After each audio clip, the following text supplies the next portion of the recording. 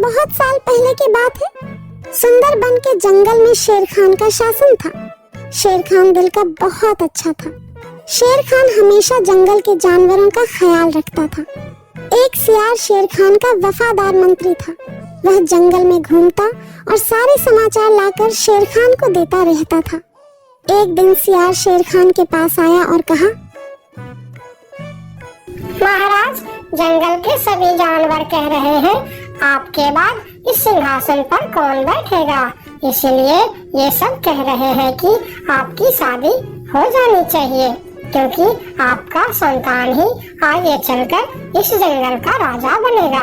हाँ, जंगल की जानवर सही कह रहे हैं।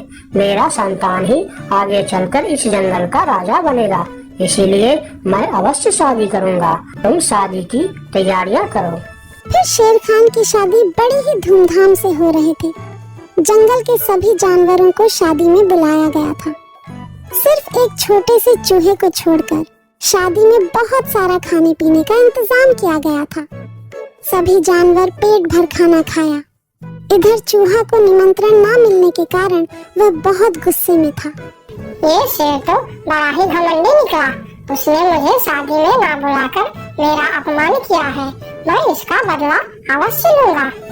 इस बात को लेकर चूहा बहुत ही नाराज था। वह मन ही मन सोचने लगा कि इसका बदला कैसे लिया जाए। कुछ देर सोचने के बाद वह एक योजना बनाता है। मैं भी शादी करूंगा। हाँ, मैं भी शादी करूंगा। बड़ी धूमधाम से शादी करूंगा और शादी में उस शेर को छोड़ के सभी को आमंत्रित करूंगा। हाँ, यही ठीक रहेगा। फिर चूहे ने शादी करने का फैसला कर लिया और वह अपने लिए एक दुल्हन ढूंढने निकल पड़ा। थोड़ी दूर जाने के बाद उसे एक दुल्हन दिखाई पड़ा। फिर चूहे ने उसके पास जाकर कहा, शादी तो मैं कर लूं, लेकिन इसके साथ से तो मैं बिल्कुल नहीं शादी करूंगा। मेरी दुल्हन तो उस घमंडी शेर के दुल्हन से भी सुंदर और शक्तिशाली होनी चाहिए। फिर चूहा आगे जाकर एक पेड़ के नीचे रुक गया। दुल्हन की खोज को लेकर चूहा चिंतित हो गया। वह सोच रहा था कि भला इतनी सुंदर और शक्तिशाली दुल्हन उसे कहाँ मिलेगा। यह सोचते सोचते वह चल ही रहा था कि उसकी नजर आसमान की तरफ गई। उसने देखा कि सूर्य भगवान आसमान में चमक रहे हैं। तभी उसके दिमाग के बत्ती जली। अरे वाह, सूर्य भगवान तो सबसे शक्तिशाली है। कितना तेज है उनका। यही ठीक रहेगा। उनकी बेटी सुंदर भी होगी और शक्तिशाली भी। फिर चूहा एक पेड़ के नीचे ध्यान लगाते हुए बैठ गया और सूर्य भगवान को तपस्या करने लगा। ओम सूर्याय नमः, ओम सूर्याय नमः, ओम सूर्याय नमः। इधर चूहे को तपस्या करते हुए देखकर सूर्य भगवान बहुत आश्चर्य हुए कि यह नन्हा सा चूहा उनकी तपस्या क्यों कर रहा है। फिर सूरज भगवान चूहे के सामने प्रकट हुए। बोलो नन्हे से चूहे, तुम मेरी तपस्या क्यों कर रहे हो? क्या चाहिए तुमको? तुम जो मांगोगे मैं तुम्हें वह सब दूंगा। हे भगवान, आप आ गए। मुझे तो अपनी आंखों पर यकीन नहीं हो रहा है कि एक नन्हा सा चूहे की बात सुनकर आप मेरे पास आ गए। हाँ, मैं सचमुच तुम्हारे पास आया हूँ। बोलो, तुम्हें क्या चाहिए? भगवान, मैं शादी करना चाहता हूँ। अरे वाह, यह तो बहुत ही अच्छी बात है। इसमें मैं तुम्हारा क्या मदद कर सकता हूँ? मैंने यह प्रण किया है भगवान कि जो दुनिया में सबसे ज्यादा शक्तिशाली होगा मैं उसके बेटी से ही शादी करूँगा और आप इस दुनिया में सबसे शक्तिशाली हो, इसीलिए मैं आपकी बेटी से शादी करना चाहता हूँ। चूहे की बात सुनकर सूर्य भगवान सोच में पड़ जाते हैं कि मैं इस छोटी सी चूहे के साथ अपनी बेटी का शादी कैसे कर सकता हूँ। और फिर उन्होंने मन ही मन सोचने लगे, यह चूहा तो बिल्कुल पागल लग रहा है। इससे भला मैं अपनी बेटी की शादी कैसे करवा सकता हूँ? कुछ भी करके मुझे इससे छुटकारा पाना ही होगा, मगर कैसे? मुझे जल्दी कुछ करना पड़ेगा।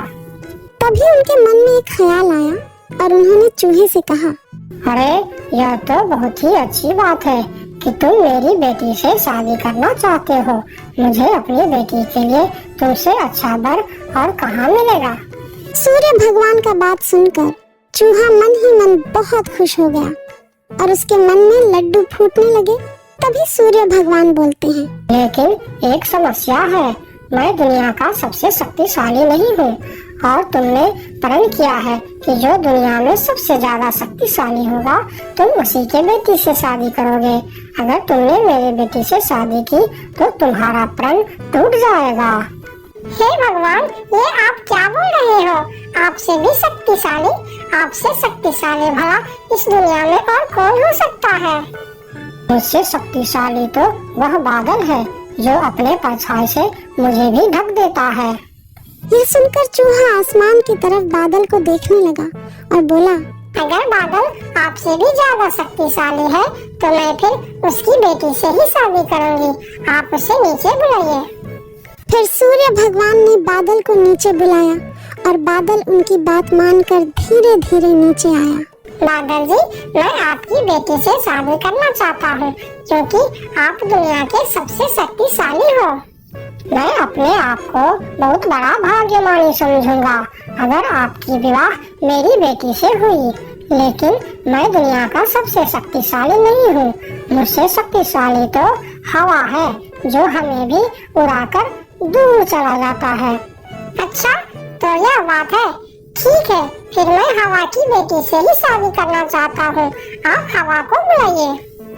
फिर बादल ने हवा को बुलाया और हवा धीरे धीरे करके नीचे आया। फिर चूहा ने अपने विवाह का प्रस्ताव हवा को बताया। फिर हवा मुस्कुराते हुए बोली, मुझे बहुत अच्छा लगेगा अगर मेरी बेटी की विवाह आपके साथ होता है, लेकिन मैं दुनिया का सबसे शक्तिशाली नहीं हूँ। मुझसे शक्तिशाली तो पर्वत है जो हमारे हवा के झोंकों को भी रोक देता है। आप उनकी बेटी से ही शादी कीजिए। फिर पर्वत को भी बुलाया जाता है और चूहे ने पर्वत के सामने भी अपना प्रस्ताव रखता है। पर्वत जी, आप दुनिया का सबसे शक्तिशाली है और मैं आपकी बेटी से शादी करना चाहता हूँ। क्या आपको कोई ऐतराज है? मुझे भला क्या ऐतराज हो सकता है? आप मेरी बेटी से विवाह करना चाहते हैं, यह बहुत ही अच्छी बात है, लेकिन मैं भी दुनिया का सबसे शक्तिशाली नहीं हूँ। ये आप क्या कह रहे हैं? मैं यकीन नहीं कर सकता कि आपसे शक्तिशाली भी दुनिया में और कोई होगा। हाँ है, मेरे शिखर पर एक मोटा सा चूहा रहता है। वह मुझे रोज कुतर कुतर के वहाँ एक बड़ा सा सुरंग बना लिया है और उसमें अपने बच्चों और परिवार के साथ रहता है। वह मुझसे भी शक्तिशाली है। आप उसी के बेटी से क्यों नहीं शादी कर लेते? अगर ऐसी बात है तो फिर आप मुझे ले चलो उसके पास। मैं उसकी बेटी से ही शादी करना चाहता हूँ। फिर सब मिलकर उस मोटे चूहे के पास जाता है और उसके पास उस नन्हा सा चूहा का शादी का प्रस्ताव रखता है।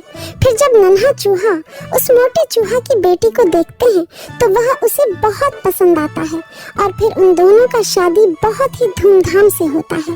नन्हे चूहे ने जंगल के सारे जानवरों को निमंत्रण दिया, लेकिन शेर से बदला लेने के लिए उसने उनको निमंत्रण नहीं भेजा।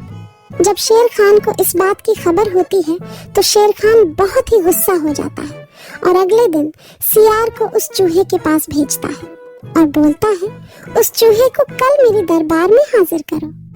अगले दिन सियार उस चूहे को बुलाने के लिए उसके घर पर जाता है। अरे चूहा भाई, तुमको शेर खान ने याद किया है, जल्दी चलो। चूहा सियार के साथ शेर खान के दरबार में जाता है। उसे देखते ही शेर खान चिल्लाकर बोलते हैं, चूहे चूहे, तुम्हारी इतनी बड़ी दुस्साहस! तुमने अपनी शादी में जंगल की सभी पक्षी और जानवरों को निमंत्रण दिया और तुमने मुझे बुलाना सही नहीं समझा। मैं इस जंगल का राजा हूँ और सबसे शक्तिशाली भी। अगर मैं चाहूँ तो तुमको एक झटके में खत्म कर सकता हूँ। मुझे माफ कर दीजिए महाराज, जब आपने अपनी शादी में पूरे जंगल को निमंत्रण दी और मुझे नहीं दी, तब मुझे भी ऐसे ही दुख हुआ था। यही एहसास दिलाने के लिए मैंने आपको निमंत्रण नहीं दिया। मुझे माफ कर दीजिए।